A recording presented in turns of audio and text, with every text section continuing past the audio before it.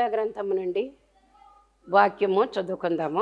యెషయా గ్రంథము 62వ అధ్యాయము 11వ వచనం. ఆలకించుడి, భూదిగంతముల వరకు యెహోవా సమాచారము ప్రకటింపజేసి ఉన్నాడు. ఇదిగో రక్షణ నీ యొద్దకు వచ్చుచున్నది, ఇదిగో ఆయన ఇచ్చు బహుమానము ఆయన యొద్దనే ఉన్నది, ఆయన ఇచ్చు జీతము ఆయన తీసుకుని వచ్చుచున్నాడని సియోను కుమార్తెకు తెలియజేయుడి. దేవుడు తన పరిశుద్ధ వాక్యమును దీవించునుగాక. ఆమేన్. చిన్న ప్రార్థన. మహిమగల తండ్రి, మహాత్మ్యమైన దేవానికి స్తుతులు కృతజ్ఞతలు తండ్రి. మరోసారి నీ పాదాల చెందుకు రావడానికి అవకాశం ఇచ్చినందుకు స్తుతులు కృతజ్ఞతలు. లోకంలో ఉన్నటువంటి మేము నీ బిడ్డలుగా స్వీకరించబడి నీ పిల్లలుగా పిలువబడుచున్నటువంటి మాకు మీరు రెండవసారి వచ్చుతున్నటువంటి యొక్క రెండవ రాకడకు ప్రభు సిద్ధపడాలని మాకు వాక్యం ద్వారా తెలియజేస్తున్న విషయాన్ని బట్టి నీకు వందనాలు. ఈ సిద్ధపాటు అంటే ఏంటో, దిద్దుబాటు అంటే ఏంటో, ఈ సిద్ధపాటు ద్వారా మీరు మాకు అనుగ్రహించేటటువంటి ఫలాలు ఏమిటో, జీతాలు ఏమిటో, బహుమతులు ఏమిటో అవన్నీ కూడా మాకు తెలియచేస్తున్నందుకు వందనాలు చెల్లిస్తూ ఉన్నాము. చదవనటువంటి వాక్యం నుండి వర్తమానం అవసరమైనది కనుక మీరే మాతో మాట్లాడమని, వినుబుద్ధిని గ్రహించు శక్తిని ప్రసాదించమని వాక్య వర్తమానికుడైన యేసు నామమున అడుగుచున్నాను పరమ తండ్రి. ఆమేన్.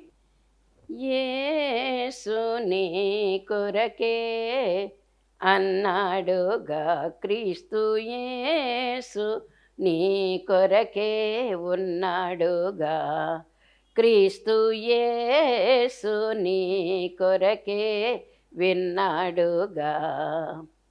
యేసు నీ కొరకే, యేసు నీ కొరకే, యేసు నీ కొరకే, యేసు నీ కొరకే, యేసు నీ కొరకే, యేసు నీ కొరకే, యేసు నీ కొరకే రాగోరేను క్రీస్తు, యేసు నీ కొరకే రానుండేను. యేసు నీ కొరకే రానున్న కబూరు చేసి పూర్వ ప్రవక్తల చేత వ్రాసిరది వారాల ఆత్మావేశము చేత. యేసు నీ కొరకే రాగోరేను క్రీస్తు, యేసు నీ కొరకే రానుండేను. యేసు నీ కొరకే రావలయును. దేవుని నామమున స్తోత్రం. మీ అందరికీ నా మరణాత. ఇందాక చెప్పుకున్నటువంటి ప్రకటన గ్రంథము 22వ అధ్యాయం 11వ వచనం 12వ వచనంలో సిద్ధపరిచిన జీతము నేను మీ దగ్గరకు తీసుకుని వస్తున్నాను అని, ఇదిగో నేను త్వరగా వస్తున్నాను, నా దగ్గర మీ క్రియలను బట్టి నా దగ్గర సిద్ధపరచబడినటువంటి జీతం ఒకటి ఉంది, బహుమానం ఉంది, దాన్ని తీసుకొని నేను వస్తున్నానని చెప్పినటువంటి మాటను బట్టి ప్రభు త్వరగా వస్తున్నారు. ఆయన మన కొరకే రావాల్సి ఉంది. మన కొరకే పుట్టారు, మన కొరకే పెరిగారు, మన కొరకే జీవించారు, మన కొరకే శ్రమ పొందారు, మన కొరకే మరణం పొందారు, మన కొరకే సమాధి చేయబడ్డారు, మన కొరకే తిరిగి లేచారు. ఇప్పుడు మన కొరకే తిరిగి రానయ్యున్నారు. తిరిగి రానయ్యున్నటువంటి సమాచారం ఇది మనకు. కనుక తిరిగి రానయ్యినటువంటి ప్రభు తిరిగి వస్తున్నాను అని యోహాను సువార్త ఇందాక చెప్పుకున్నాం మనం 14:3లో. మీరు నా యొద్ద ఉండుటకు గాను మిమ్మల్ని తీసుకువెళ్ళడానికి నేను వస్తున్నాను అని, నా దగ్గర ఉంచుకోవడానికి మిమ్మల్ని తీసుకువెళ్ళడానికి నేను వస్తున్నాను అని చెప్పినటువంటి మాట ఎంతో ఆదరణ కలిగించేటటువంటి మాట. పిల్లలు ఎప్పుడూ కూడా తల్లిదండ్రుల దగ్గర ఉండాలని కోరుకుంటూ ఉంటారు. వాళ్ళు దూరంగా ఉంటే వాళ్ళకి ఏం జరుగుతుందో, వాళ్ళకి కీడైనా అపాయమైన ఏదైనా వస్తే కనుక వారు తట్టుకోలేరు. వారిని రక్షించడానికి నేను దగ్గరే ఉండాలి, లేక వాళ్ళు నా దగ్గరే ఉండాలనేటువంటి కోరిక తల్లిదండ్రులకి ఎప్పుడు కూడా ఉంటుంది. ఒకవేళ అవసరాన్ని బట్టి విద్య నిమిత్తం, ఉద్యోగ నిమిత్తం, వ్యాపార నిమిత్తం వేరే వేరే ప్రాంతాలకు వెళితే అప్పుడు కూడా మనసంతా కూడా వాళ్ళ మీదే ఉంటుంది. వాళ్ళు ఎప్పుడు వస్తారా అని, లేకపోతే వాళ్ళని మేము ఎప్పుడు కలుసుకుంటామా అనేటువంటి ఆలోచన. కనుక మరి మీరు నా దగ్గర ఉండాలని నా కోరికని ప్రభు చెప్తూ ఉన్నారు. తల్లి బిడ్డలకు ఉండేటటువంటి అనుబంధం ఇది. అందుకే ప్రభువు ఎల్లప్పుడూ కూడా నిన్ను గురించి నన్ను గురించి ఆలోచన చేస్తూ ఉంటారు. నా బిడ్డలకి ఏం కావాలో, ఏ ఆపదలో చిక్కుకున్నారో వాళ్ళని ఎలా తప్పించాలో అనేటటువంటి ఆలోచన చేస్తూ ఉంటారు. తల్లిదండ్రుల పిల్లల గురించి చేసేటువంటి ఆలోచన ఇది. అలాగే ప్రభు మన మీద ఉండేటటువంటి ఒక ప్రేమ కలిగినటువంటి, దయగలిగినటువంటి, కరుణ సంపన్నుడు కాబట్టి నీ మీద నా మీద ప్రభు యొక్క మరి కోరిక ఉంటుంది, ఆలోచన ఉంటుంది. ఆలోచనే కాదు, ఇంక చుట్టూ కూడా మన చుట్టూ తిరుగుతూనే ఉంటారు. అది దేవుడు మనకి ఉండేటువంటి గొప్ప సంబంధం. కనుక మనము సాతానుకు చిక్కుకుపోకుండా కోడి తన రెక్కల క్రిందకు పిల్లలను దాచుకున్నట్లుగా అపాయం వస్తుందంటే మనల్ని దాచుకునేటటువంటి గొప్ప దేవుడై ఉన్నాడు. ఏదైనా ఇరుకులు ఇబ్బందులు వస్తున్నాయంటే దాచుకునేటటువంటి దేవుడై ఉన్నాడు. కడుపులో పెట్టుకునేటటువంటి దేవుడై ఉన్నాడు. కనుక ఇక్కడ మనం చూసినట్లయితే ఆలకించుడి, చదువుకున్నటువంటి వాక్య భాగంలో యెషయా గ్రంథము 62:11 మనకు చూస్తూ ఉన్నాము. ఆలకించడం అంటే ఏంటి? ఒక చాటింపు అన్నమాట. ఒక ప్రకటన చేస్తూ ఉన్నారు. దేవుడే నరులైనటువంటి వారికి ఒక ప్రకటన చేస్తూ ఉన్నారనేటటువంటి ఉద్దేశం మనం కలిగించుకోవాలి. ప్రకటన చేస్తూ చెప్పేటువంటి మాట ఏంటంటే, ప్రకటన అంటే చాటింపు అని చెప్పుకున్నాం కదా. కనుక దండోరా వేయటం అనేటువంటిది ఏ వస్తువులు వస్తున్నాయనో, లేకపోతే పంచాయతీ వాళ్ళు ఏదో ఒక మరి విషయాన్ని తెలియజేయ నిమిత్తము, గ్రామానికి సదుపాయం కలిగించే నిమిత్తము వారు ఒక చాటింపు వేయిస్తూ ఉంటారు. ఆ చాటింపుని బట్టి లేకపోతే సరుకులు వచ్చాయని అక్కడ ఏదో జరుగుతుందని, ఆ జరిగినటువంటి కార్యక్రమం మనకు తెలియజేయడం నిమిత్తము వారు ప్రకటన చేస్తూ ఉంటారు. అందుకే ఇక్కడ ఆలకించుడి అంటే ఈ ప్రకటన చేసే విషయం మనకు తెలియాలి. అది ఎంఆర్ఓ ఆఫీస్ నుంచి ఏదైనా సమాచారమా, మనం ఏమన్నా వాళ్ళకి కావాల్సినవి ఇవ్వాలనా అనేటటువంటివి మరి ఆ కార్యం ఏంటో, ఆ కారణం ఏంటో మనకు తెలియదు కదా. అందుకే ఆలకిస్తాం అనమాట. చాటింపు రాగానే మనము ఆలకిస్తూ ఉంటాము. భూదిగంతముల వరకు యెహోవా సమాచారం ప్రకటింపజేసి అన్నాడు. భూదిగంతముల వరకు అంటే దీని అర్థం తెలుసుకుందాం మనం. భూదిగంతం 4 పక్కలకి కూడా, దిక్కులన్నిటికీ కూడా. అలాగే అంత మాత్రమే కాదు, తూర్పు పడమర ఉత్తర దక్షిణాలు మాత్రమే కాదు, 4 మూలలకే కూడా ఉన్నాయి. 4 మూలలు 4 దిక్కులు 8 ఎల్లలు అంటారు. ఈ 8 ఎల్లల్లో కూడా భూదిగంతములు అన్నారు.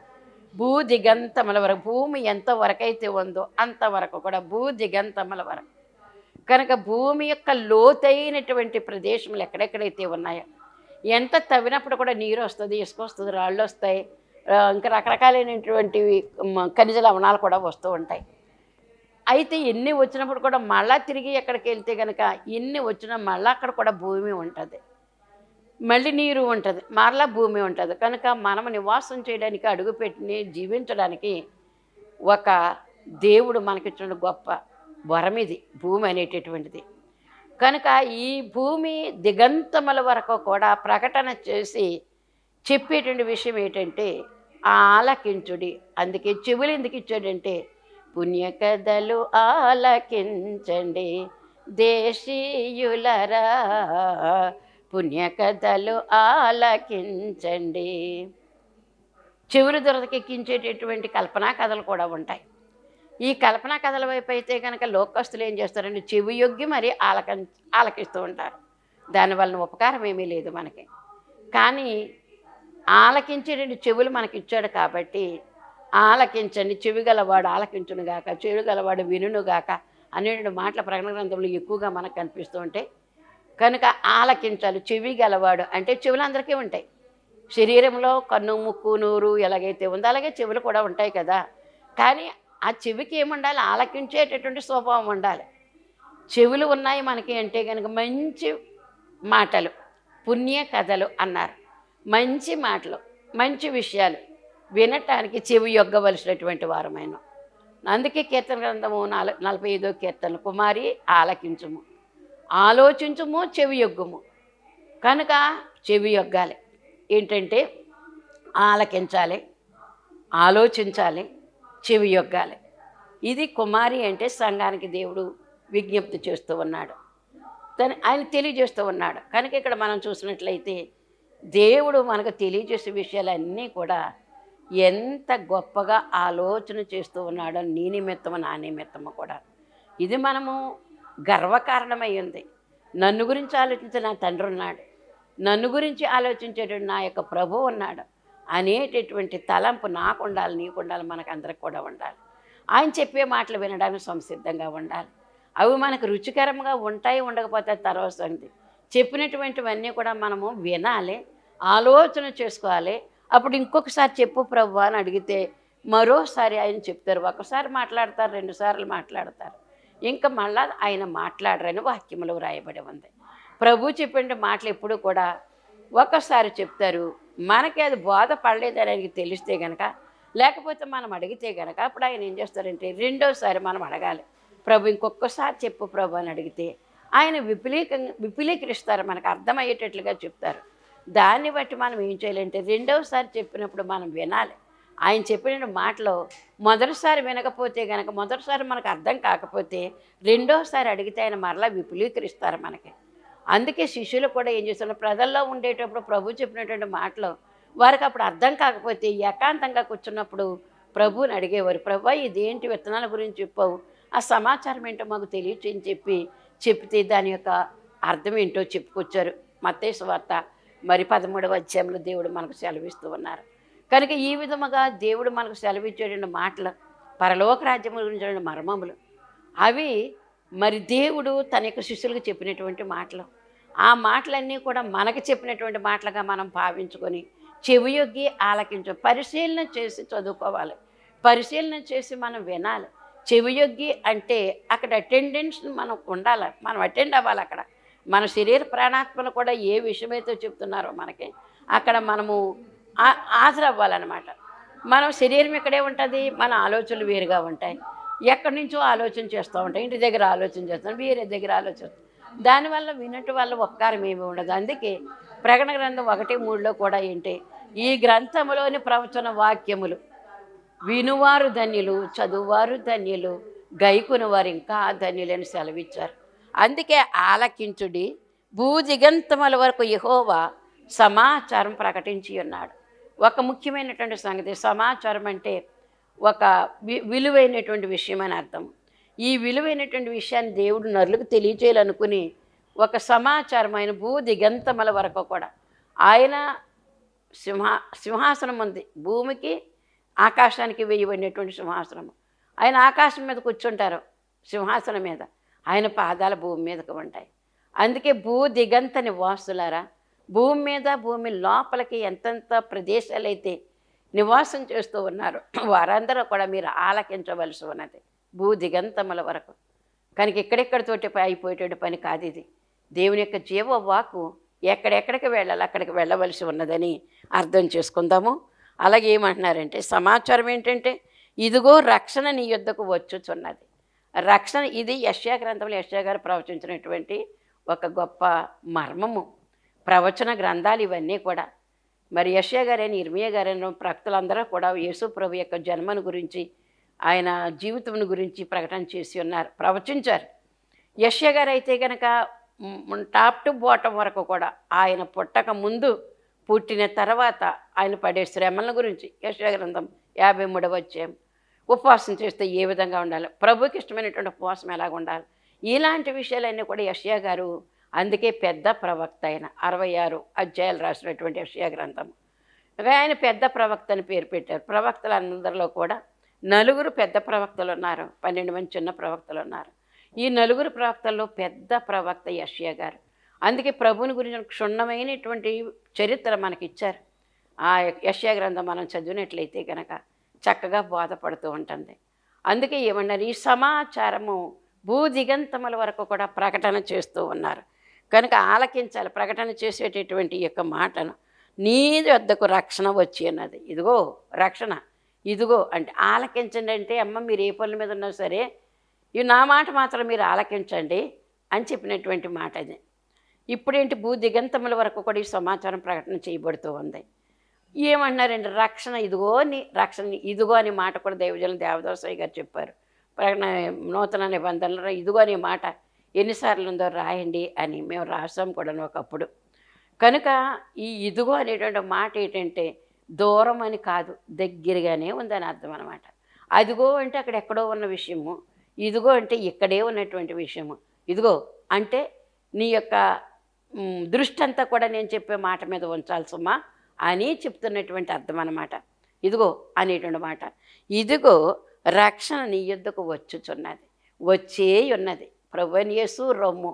కనుక మరణాతకు కూడా 3 అర్థాలు ఉన్నాయి కదా. మరణాత అని ఒక్కసారే పలుకుతాం, కానీ ఆ పలికినటువంటి పలుకులో 3 అర్థాలు చెప్పుకొచ్చారు. 1 కొరింథీ పత్రిక 16:22లో ప్రభు వచ్చుచున్నారు, ప్రభు వచ్చుచున్నారు, ప్రభువైన యేసు రొమ్ము. ఇదే మరణాత శబ్దము. ఇదే మరణాత శబ్దం అంటే ఎంత గొప్ప ఆశీర్వాదమో చూడండి. మరణాత అనేటువంటి మాట అక్కడ మనకు రాయబడి ఉంది. ఇది వందన వచనముగా మన దైవజనులు దేవదాస్ రాయ్ గారు మనకి ఇచ్చారు. మరణాత అనేటువంటి స్వరము మనం చెప్తున్నామంటే వినేవాళ్ళు కూడా మరణాత అని చెప్పాలి, 2 చేతులు జోడించి మరణాత అని చెప్పాలి. ఇలా చెప్పడం కానీ ఇలాగంటాం కానీ కాదు. 2 చేతులు జోడించి వినయ మనస్సుతో మనం మరణా చెప్పాలి. ఎందుకో తెలుసా? ఈ మరణాత యొక్క గొప్పతనం మనకు తెలిస్తే కనుక మాట్లాడి చెప్పుకునేటటువంటి 2 వ్యక్తులు కూడా ఏంటి, ప్రభువు వస్తున్నారు అని అతనితో చెప్పడము, అతనేమో మనతో చెప్పడము. అవును, ప్రభువు వచ్చుతున్నారు. ఇద్దరు కలిసి ఏంటంటే ప్రభువైన యేసు రమ్ము అంటే సిద్ధపడిపోయినటువంటి మనసులు పలుకునేటటువంటి మాటలు. ఇది వందన వచనము మరణాత అనేటటువంటిది. కనుక ఇక్కడ మనం చూసినట్లయితే కనుక ఏమనుందంటే, రక్షణ నీ యొద్దకు వచ్చుచున్నది, వచ్చుచూ ఉన్నది, వచ్చే ఉన్నది, వచ్చింది, వచ్చే ఉన్నది. అది కూడా మనకు తెలుసు కదా. వచ్చే ఉంది. రక్షణ అంటే ప్రభు మరియమ్మ గర్భం ద్వారాగా భూలోకానికి యేసుక్రీస్తు అనే పేరుతో వచ్చి ఉన్నటువంటి మాట. కనుక ఆ యేసుక్రీస్తే నా యేసుక్రీస్తు అనాలట. ఎందుకంటే అది పరలోకం నుంచి పోయబడినటువంటి పరిమళ తైలము. యేసు నామము పరలోకము నుంచి భూమి మీదకు పోయబడినటువంటి దేవుని యొక్క నామము, ప్రభు యొక్క నామము. ప్రభువైన యేసు రమ్ము అనేటువంటి పలుకు మనం పలకవలసినటువంటి వారమైన అదే మరణాత. ఇంకంతకంటే ఏమీ లేదు. ఈయన నా ప్రియకుమారుడు, ఈయన యందు నేను ఆనందించుతున్నానని చెప్పినటువంటి మాట తండ్రి యొక్క మాట. అది కుమారుడు బాప్తిసం పొందుతూ ఉన్నారు. యోహాను గారు బాప్తిసం ఇస్తూ ఉన్నారు. మత్తయి 3వ అధ్యాయంలో బాప్తిసం పొందుతున్నటువంటి కుమారుడు అక్కడ ఉన్నారు. ఈయన నా ప్రియ కుమారుడు, ఈయనందు నేను ఆనందించుతున్నానని ప్రభు పరలోకం నుంచి మాట పలుకుతున్నారు. అక్కడ తండ్రి, ఇక్కడ బాప్తిసం తీసుకునేటువంటి యేసుక్రీస్తు ప్రభు వారు. ఇది పరిశుద్ధాత్మప్పుడు ఆయన మీద భుజం మీద వాలింది బాప్తిసం తీసుకుంటే క్రీస్తు ప్రభు వారి మీద. అది పరిశుద్ధాత్మ పావురాకారంలో వచ్చింది, తండ్రి కుమార పరిశుద్ధాత్మలు. కనుక మరణాత అనేటువంటి మాటకు ప్రభు వచ్చి ఉన్నారు, ప్రభు వచ్చుచున్నారు, ప్రభు అయిన యేసు రమ్ము. త్రికాల శబ్దం ఇది, త్రికాల వందనం ఇది. త్రికాల అంటే వర్తమాన భూత భవిష్యత్ కాలములలో ఉండేటటువంటి మాట అని మనం అర్థం చేసుకోవాల్సినటువంటి వారమై ఉన్నాం. కనుక దేవుడు మనకి ఇచ్చినటువంటి గొప్ప తరుణం ఏంటంటే, రక్షణ యొద్దకు వచ్చుచున్నది, ఇదిగో ఆయన ఇచ్చు బహుమానము ఆయన యొద్దనే ఉన్నది. బహుమానం అంటే ఏంటి? రెడీ చేస్తాం ఆ ప్రజెంటేషన్ బాక్స్, లేకపోతే ఒక ప్యాకెట్. ఈ ప్యాకెట్ని మనం ఏం చేస్తాం, తయారు చేస్తాం. మనం ఎవరికి ఇవ్వాలనుకుంటున్నామో వారికి తయారు చేసిన కవర్ మీద లేక బాక్స్ మీద మనము ఫ్రమ్ అడ్రస్ టు అడ్రస్ కూడా ఉంటుంది. ఎవరికి ఇస్తున్నామో ఉంటుంది, ఫ్రమ్ ఎవరికి ఎవరిస్తున్నారో కూడా ఉంటుంది. అది బాక్స్ తయారు చేసేసామన్నమాట. మనమే ఒకవేళ ఏదైనా ఫంక్షన్ జరిగించుకుంటూ ఉంటే కనుక గిఫ్ట్లు తెస్తారు మనకి. రిటర్న్ గిఫ్ట్ కూడా మనం ఇస్తూ ఉంటాము. రిటర్న్ గిఫ్ట్ అంటే తిరిగి వారు మనకి ఏదో ఇచ్చారు, దానంతా కాకపోయినా ఎంతో కొంత మనం తిరిగి వారికి ఇస్తామన్నమాట. ఆయన రక్షణ వచ్చుచున్నది, ఇదిగో ఆయన ఇచ్చు బహుమానం ఆయన యొద్దనే ఉన్నది. బహుమానం సిద్ధం చేసుకుని ఉంచుకున్నారు ఆయన. ప్రభు మనకు బహుమానాలు సిద్ధం చేశారు. కనుక నువ్వు చేసినటువంటి పనుల నిమిత్తము, నువ్వు చేసినటువంటి క్రియల నిమిత్తము నీ కోసం దేవుడు ఏం చేశారంటే తగినటువంటి బహుమానాన్ని సిద్ధం చేశారు. తగినటువంటి ప్రైజెస్ అక్కడ మన కోసం సిద్ధం చేసి ఉంచారు. ఆయన యొద్దనే ఉన్నది. ఆయన పెట్టుకుని ఉన్నారు. ఏ సమయంలో ఆయన వస్తారో తెలియదు, ఏ సమయంలో మనకి ఇవ్వాలో మనకు కూడా తెలియదు, ఆయనకే తెలుసు. కనుక తెలిసినటువంటి యొక్క విషయాన్ని మనం ఏం చేయాలంటే అందుకోవడానికి సిద్ధంగా ఉండాలి. అందుకోవటానికి కూడా శక్తి కావాలట. మనం ప్రభు ఇచ్చేటటువంటి యొక్క బహుమానాన్ని లేక జీతాన్ని, లేకపోతే ఆయన ఇచ్చే ప్రజెంటేషన్ని మనం తీసుకోవడానికి కూడా మనకు శక్తి లేకపోతే ఇంకా శక్తి లేని తనమే వచ్చేసిందనమాట. ఇంకా మనం దాన్ని పొందలేము. ఇంకా ఎవరు ఏమీ చేయలేరు కూడా. ప్రభు తీసుకోమని ఇస్తున్నారు, సిద్ధం చేసి పట్టుకొచ్చేసారు. తీసుకోలేకపోతే ఎవరిదే తప్పు. కనుక అలాంటి అసమర్థత మన దగ్గర ఉండడానికి వీల్లేదు. ప్రభు ఏమైతే ఇస్తున్నారో దానికోసం మనం చేతులు చాపి ప్రభు ఇచ్చినందుకు నీకు వందనాలు అనేటటువంటి తలంపు కలిగిన వారమే ఆయనకు మనం స్తుతులు చెల్లించవలసినటువంటి వారమైన. ఇదిగో ఆయన ఇచ్చు బహుమానము ఆయన యొద్దనే ఉన్నది, ఆయన ఇచ్చు జీతము ఆయన తీసుకుని వచ్చుచున్నారు. ఆయన యొక్క చూడండి ఒకసారి, బహుమానం ఆయన దగ్గర ఉంది, జీతం తీసుకుని వస్తూ ఉన్నారు. జీతం ఇచ్చేసి బహుమానం ఇచ్చేస్తారు నీకు. ఎంత చక్కని ప్రభు మనకు దొరికారు. ఊరికి చేయించుకునే దేవుడు కాదమ్మా. మనము పనిచేసామంటే ఒకరు ప్రార్థన చేసాం, ఒకరు వాక్యం చెప్పామంటే ఊరికి ఉండేటటువంటి దేవుడు కాదు. అంతకంతా కూడా ఎన్ని రెట్లు ఇవ్వాలో, నీ శక్తికి మించినటువంటి పని నువ్వు చేసినట్లయితే శక్తికి మించినటువంటి దానాలు మనకి ఇస్తాడు ఆయన. బహుమతి ఇస్తాడు. జీతం అంటేనేమో పని చేసినందుకు, బహుమానం అంటేనేమో మనలో ఉండేటటువంటి ఒక టాలెంట్ ఏదైనా మనం దేవుని దగ్గర చూపించామంటే కనుక. దేవుడు ఇచ్చినటువంటి వరాలే ఇవన్నీ కూడా, మనకు మనం తెచ్చుకున్నావు కాదు. టాలెంట్ అంటే అది దేవుడు మనకి ఇచ్చినటువంటి ఒక బహుమతి, తలాంతు అనమాట. ఈ తలాంతులు దేవుడు మనకి ఇచ్చాడు కాబట్టి, పాడే వరం ఇచ్చాడు, అదొక తలాంతు. వాక్యం చదివే తలాంతు ఇచ్చాడు దేవుడు, అదొక తలాంతు, అదొక వరము దేవుడు ఇచ్చాడు కాబట్టి దేవుని కొరకు ఈ పాట పాడాలి, దేవుని కొరకు చదవాలి, దేవుని కొరకు సేవ చేయాలని తలంపుతోటి దేవుడు ఇచ్చాడు కాబట్టి దేవుని కొరకు నేను వాడుతూ ఉన్నాను. ప్రభువా ఈ కానుకలు నువ్వు ఇచ్చిన కానుకలే నువ్వు దీవించు ప్రభు, నువ్వు ఇచ్చినవే మళ్ళీ తిరిగి ఇస్తున్నాను. ఆరాధనలో ఒక క్రమం ఉంటుంది మనకి. ఆదివారం ఆరాధన చేసుకునేటటువంటి కానుకల సమర్పణ చేసేటప్పుడు ప్రార్థన చేస్తారు. దైవజనులు చెప్పినటువంటి ఆరాధనలో ఆ విధంగానే ఉంది. ప్రభువా ఇదిగో నువ్వు ఇచ్చినవే మరలా నీకు తిరిగి కానుకగా ఇస్తున్నాను తండ్రి అని చెప్పి ఇవ్వడం అన్నమాట. అందుకే దేవుడు కూడా మనకి ఏం చేస్తున్నారంటే, మన శక్తి కొలది ఏమేమైతే చేస్తున్నామో ఆ చేసిన దానికి తగినటువంటి, మన కష్టానికి తగినటువంటి ప్రతిఫలాన్ని ఆయన సిద్ధం చేసి ఉంచుకున్నారు. బహుమానాలు ఆయన దగ్గర ఉంచుకున్నారు, జీతం పట్టుకుని వస్తున్నారు. ఎన్ని వరాలండి! బహుమానం ఆయన దగ్గర ఉంది. ఆయన ఎక్కడుంటే అక్కడే ఉంటుంది బహుమానం. అలా పరలోకలు విడిచిపెట్టి నీ దగ్గరికి రారు. బహుమానం చేత్తో పట్టుకుని వస్తారు, జీతమో చేత్తో పట్టుకుని వస్తారు. పనికి తగినటువంటి జీతం ఇస్తారు. నీకు ఎంత టాలెంట్ అయితే ఉందో టాలెంట్ని బట్టి బహుమతి కూడా నీకు సిద్ధం చేసుకుని ఉంచుకున్నాడు ఆయన. మన తలాంతులు ప్రభు కొరకు వాడవలసినటువంటి వారమైన. అందుకే దేవుడు మనకి ఇచ్చినటువంటి రక్షణ భాగ్యాన్ని కొంచెం కింద కానీ మంచం కింద కానీ పెట్టొద్దు అన్నారు దేవుడు. కొంచెం కింద పెట్టడం అంటే ఏంటి? వ్యాపారం అట. మనం నేనేస్తాను నీ దగ్గరికి, వాక్యం చెప్తాను, ఎంత ఇస్తావు అని డిమాండ్ చేయటం అనేటటువంటిది అదొక వ్యాపారం అన్నమాట. కొంచెం కింద పెట్టడం అంటే, మంచం కింద పెట్టడం అంటే ఏంటి? జ్యోతి వెలిగించంటే రక్షణ పొందాము. ఈ పొందినటువంటి రక్షణ భాగ్యము మరి ఇతరులకు మనం చెప్పవలసినటువంటి వారమని. చెప్పకుండా ఉన్నామంటే సోమరిపోతులం అన్నమాట. మంచం కింద పెట్టామంటే మంచం మీద పడుకుంటాము, ఆనకి వెళ్దాంలే, పొద్దున్న వెళ్దాం, ఇంకోసేపునకి వెళ్దాం, ఇంకొంచెం సేపు ముడుచుకుని పడుకుంటాను, ఇంకొంచెం సేపు అటు తిరిగి పడుకుంటాను, ఇంకొంచెం సేపు. సామెతల గ్రంథము 6వ అధ్యాయం 6వ వచనం, చీమ దగ్గరికి వెళ్ళి బుద్ధి తెచ్చుకోవాలట, జ్ఞానం నేర్చుకోవాలట చీమ దగ్గరికి వెళ్ళి. ఎంత ఎత్తున్నటువంటి మనము ఆఫ్టర్ ఆల్ ఉఫ్ అంటే ఎగిరిపోయి చీమ దగ్గరికి వెళ్తే ఆ చీమ మనకు బాధ చేస్తుంది. సోమర్తన నాలో ఉండకుండా చేయాలంటే నేనేం చేయాలంటే నన్ను చూసి నువ్వు నేర్చుకోమని చెప్తుంది అనమాట.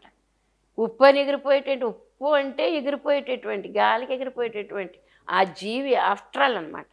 ఆఫ్టర్ ఆల్ అయిన జీవి దగ్గరికి వెళ్ళాలి. ఎందుకని? దాని దగ్గర టాలెంట్స్ ఉన్నాయి. ఎలా బ్రతకాలో, ఎలా జీవించాలో. వర్షాకాలం వచ్చినప్పుడు ఆహారం ఉండదు కాబట్టి మనం కొట్టుకుపోతాం, ఆహారం కొట్టుకుపోతుంది కాబట్టి నేల బొరియలలో ఉన్నటువంటి సందులు చేసుకుని, నేలలో బాటల కింద చేసుకుని, వేసవ కాలంలో ఉండగానే ఆహారం సిద్ధం చేసుకుని అక్కడ స్టోర్ చేసుకుంటాయి ఆ యొక్క నేలలో, ఆ బాటల్లో. కనుక అందుకు నేర్పిస్తుంది అనమాట. రాజు చీమ ఉంటారు, నౌకరు చీమ ఉంటారు, మంత్రి చీమలు ఉంటాయి, మరి ఆడ చీమలు ఉంటాయి, మగ చీమలు. రాణి చీమ అన్నారు, రాజు చీమ అన్నారు, సైనిక చీమ అన్నారు. చీమల గురించి చరిత్ర పుస్తకాల్లో ఉంటాయి.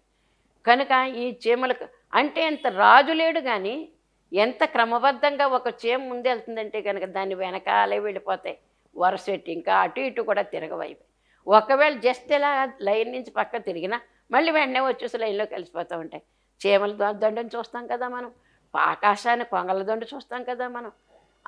కొంగల దండు, పక్షుల దండు, పౌరల ఈ దండు అంతటినీ కూడా పక్షులకి ఎవరు నేర్పించారు అలా క్రమంగా వెళ్ళాలని? ఉదయాన్నే ఆహారం కోసం వెళ్ళిపోవాలని, సాయంకాలం మరలా గూటులకు రావాలని, చీరిపోవాలని ఎవడ నేర్పించాడు? అందుకే గూడు విడిచిన పక్షుల్లాగా తిరగొద్దు. నీకు ఒక గూడు ఏర్పాటు చేశాడు దేవుడు.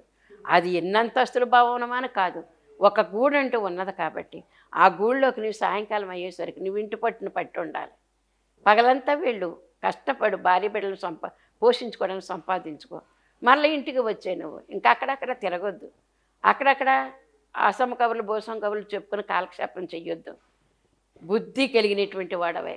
నీకొక కుటుంబం ఉంది, నీకొక బాధ్యత ఉంది కనుక నువ్వు అక్కడికి వచ్చి ఇవన్నీ కూడా దేవుడు లెక్క పెడుతూనే ఉంటాడు. ఇచ్చినటువంటి ఈ రోజులో నువ్వు వృధాగా ఎన్ని గంటలు పోగొట్టేశావు, ఎన్ని గంటలు నీ కుటుంబం కొరకు, ఎన్ని గంటలు నీ యొక్క వ్యాపారం కొరకు, ఎన్ని గంటలు దేవుని కొరకు నువ్వు వాడావు అనేటువంటి లిస్ట్ ఆయన దగ్గర ఉంది.